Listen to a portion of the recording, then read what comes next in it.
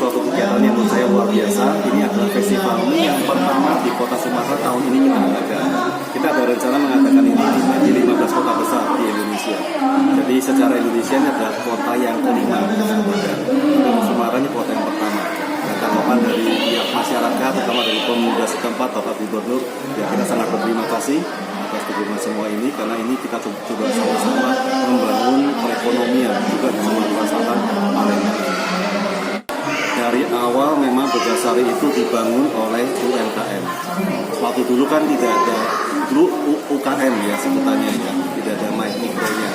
Jadi dari awal Bogasari itu dibangun bersama dengan UKM. Waktu kalau melihat zaman dahulu itu Bogasari di bawah Bulog, jadi sebelum deregulasi. Jadi Bulog membeli gandum dari luar negeri, membawa masuk ke Indonesia, diberikan kepada Bogasari. Bogasari sebagai tukang giling kita kembalikan ke setelah deregulasi. Kita langsung melihat ini menjadi masalah yang sangat krusial kalau UKM tidak dibentuk paguyuban, tidak dibentuk jaringan. Sehingga sebelum deregulasi dari pihak Bogasari kita menyiapkan networking kepada para UKM. Kita bentuk yang namanya Bogasari Mitra Cup. Jadi seluruh UKM yang dibina oleh Bogasari sampai saat ini sudah ada lebih dari 42.000 UKM binaan Bogasari. Yang kita kemudian bikinkan jaringan sehingga mereka ada masalah bisa kembali bertanya ke kita. Kita bangun juga Bogasari Baking Center. Jadi ini jadi tempat kita mengedukasi, mengupdate teknologi, ilmu pengetahuan, hygiene, food safety, tantangan yang akan dihadapi teman-teman UKM ini. Itu sudah sejak tahun 80-an. Dan kita ke depan akan terus bertumbuh bersama UKM. Karena memang Bogasari awal mulanya dari. Jadi pembinaan akan terus dilakukan ya? Akan terus dilakukan. Kita ada 16 baking center di seluruh Indonesia. Jadi kota-kota besar, di Palembang juga ada. Nah di Palembang sendiri itu sudah ada 1.700 UKM yang kita bina. Dan itu jumlahnya terus bertambah. Seluruh nasional setiap tahun itu bertambah lebih daripada 1.000 UKM setiap tahunnya. Dan ini yang menjadi cikal bakal untuk potensi ekonomi ke depan. Mulanya mereka dari hobi, para ibu rumah tangga, nah mereka mulai dari hobi. Jadi mereka hobi, mereka datang ke tempat kita, belajar tentang terigu, tentang mie, tentang roti, tentang cake. Nah, kemudian mereka terus berkembang. Salah satu kendala utama UKM adalah bagaimana memasarkan, bagaimana membranding produk, bagaimana mengemas. Nah, kita juga adakan tiap tahun itu di kota-kota besar, Palembang salah satunya, kita adakan namanya KIAP. Jadi kunci informasi dan teknologi. Nah, di situ kita berikan soft skill-nya, bagaimana memasarkan, bagaimana menggunakan teknologi 4.0 yang saat ini lagi berkembang dan mau nggak mau harus dihadapi para UKM. Ada beberapa UKM bahkan yang sudah menerapkan fintech. Jadi orang datang sudah pakai e-money. Jadi tidak lagi pakai uang cash. Nah, ini membangun jaringan juga di para UKM itu. Nah, seperti UKM yang di Palembang itu Kempal, kelompok mie Palembang itu kita adakan juga tiap rutin, pertemuan rutin untuk menyampaikan ke mereka bagaimana bahayanya bahan-bahan kimia. Salah satu kendala yang dihadapi para UKM saat ini adalah warna mie. Biasanya 60% gandum yang kita datangkan itu di Indonesia itu dari Australia, di mana warna gandumnya itu memang lebih ke arah white wheat atau putih. Jadi warna natural gandum itu putih. Tapi sejak 3 tahun terakhir ini Australia mengalami kekeringan. Kita lebih banyak membawa gandum dari Kanada, Amerika, dan Ukraine, Black Sea, Asia. Nah, warna mie-nya itu lebih gelap, tapi itu natural. Jadi kita juga sudah 3 tahun ini kita mengedukasi kepada teman-teman UKM jangan memberikan bleaching. Kalaupun mau warna yang sehat, wortel, mie orange, atau dari buah naga, atau dari kunyit, jadi warna asli. Nah, beberapa teman UKM mereka menggunakan pewarna yang pemutih, yang tidak baik. Nah, Mitra Bogasari, saya berani jamin mereka tidak menggunakan warna-warna seperti itu.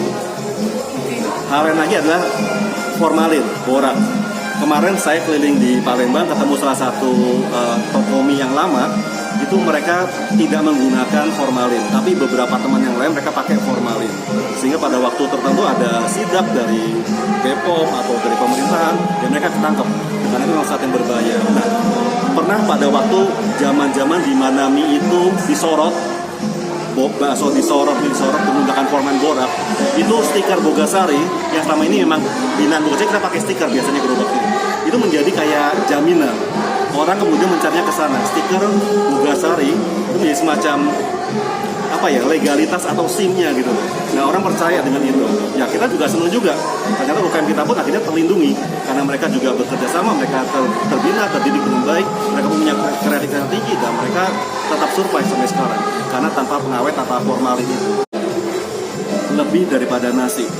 Jadi kalau nasi itu dia hanya karbohidrat tanpa protein ataupun sangat-sangat kecil. Tepung terigu itu mengandung protein antara 11 sampai 14%. Jadi secara nilai gizi, mie itu lebih nilai gizi dibanding nasi. di masyarakat. Bagaimana juga soal masyarakat mengenai Ya, kita kebetulan juga menjadi salah satu objek vital nasional karena tepung terigu sudah menjadi salah satu tiang untuk ketahanan pangan nasional. Nah, kita pasti jamin setiap menjelang Lebaran pasti dari Kementerian Perindustrian Perdagangan menanyakan kepada Bogasari, kami sebagai pemain pemimpin pasar, bagaimana harga tepung terigu. Jadi kita pasti jamin tidak ada kenaikan untuk mencegah gejolak harga dan juga ketersediaannya. Kita ada beberapa kota besar, kita ada depo, ada gudang-gudang. Karena memang salah satu tantangan besar negara kita Indonesia, kita 16 juta bahkan 17 juta pulau. Kita logistik kita menjadi sesuatu yang sangat penting di Indonesia. Luas laut kita lebih besar dibanding luas daratan. Ini bisa tantangan sendiri. Kita bekerja sama dengan tim logistik, dengan teman-teman pelayaran, transporter untuk menjamin ketersediaan tepung terigu di seluruh pelosok tanah air. Nah, untuk pertumbuhannya sendiri itu rata-rata selama 10 tahun itu kurang lebih pertumbuhan konsumsi terigu itu kurang lebih 5%, 3-5%. Tahun ini pertumbuhannya tidak tinggi, kurang lebih 1% atau bisa dikatakan sama dengan tahun lalu. Nah, ini adalah masa di mana kita mendidik saat ini.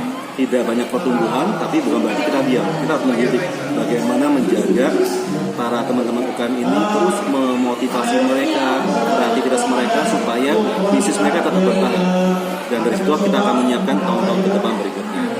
Tiap tahun kita pasti investasi untuk menjamin teknologi terbaru, untuk menjamin sanitasi terbaru, untuk menjamin teknologi digital terbaru. Nah, itu kita terus komitmen untuk investasi. Di sisi lain, tiap tahun kita pasti kumpulkan acara-acara seperti ini. Para UKM kita kumpulkan, kita bina untuk mereka terus bertumbuh. Karena keberhasilan para UKM akhirnya ada keberhasilan daripada Bogasari juga.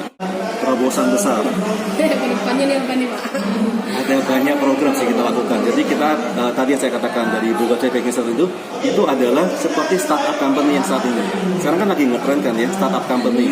Ya kan, perusahaan-perusahaan membimbing perusahaan kecil, inkubasi. Nah, itu ternyata kalau saya lihat itu sama dengan yang kita lakukan sudah tahun 80-an. Kita mulai bina daripada mereka belum punya apa-apa. Jadi teman-teman UKM ini mereka mulai dari nol. Ada yang dari bisnisnya bangkrut. Dia kalau nggak salah ada beberapa yang mereka usaha salon atau istrinya usaha pakaian baju. Saat terjadi krisis ekonomi, kemudian mereka datang ke Bogasari, mereka belajar dari awal, dari zero, dan mereka bertumbuh. Tidak hanya mie, tapi roti. Itu banyak testimoni kesaksian dari teman-teman UKM yang mereka mengatakan, ya mereka bisnis ini beralih, tapi ini yang menarik, mereka tidak patah semangat saat tokonya kebakaran. Ada yang mengalami seperti itu. Saat bisnisnya bangkrut, tapi mereka terus tumbuh dan mereka mencari hal yang baru. Dan kita bersama dengan mereka, kita bangun bisnis yang baru ini bersama mereka.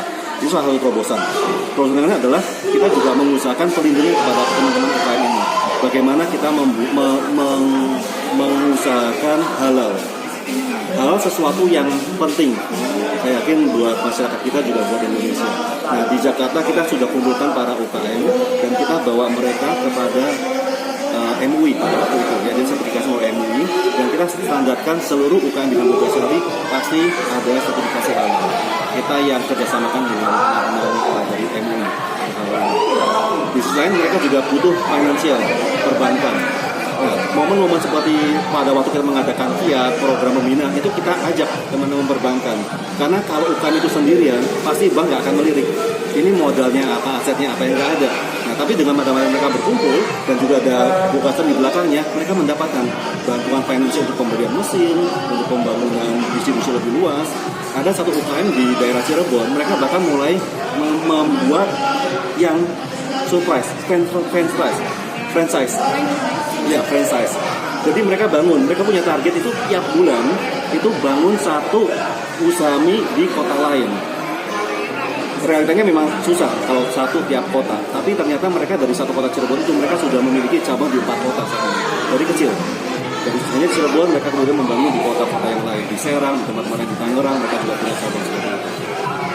Itu mie, ada juga yang roti juga terus berkembang. Dan pada akhirnya mereka yang akan dengan mengikuti tren terus teknologi tersebut, mereka akhirnya maju, makin maju. Dan luar biasanya adalah mereka tidak pelit. Mereka yang maju, seperti di Jakarta itu ada Pak Samino. Dia punya gerobak itu sudah ratusan gerobak. Tapi dia tiap bulan itu mengundang orang, tetangganya, teman-temannya belajar mie, untuk berlatih mie, untuk membangun bisnis mie. Mereka juga dengan seperti ini mereka menularkan kesuksesan mereka kepada teman-teman yang lain. Jadi ya mereka nggak pelit dan mereka nggak menganggap ini sebagai tantangan. Itu yang terjadi. Nah, ke depan kita juga mau mengusahakan untuk industri yang lain. Mie sudah bisa dibilang cukup kuat karena ada paguyubannya.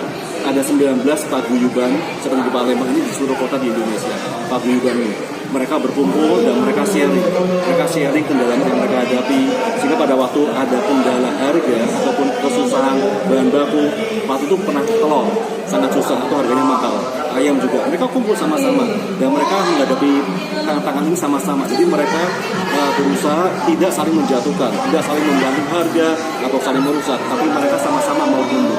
Itu yang luar biasa dari teman-teman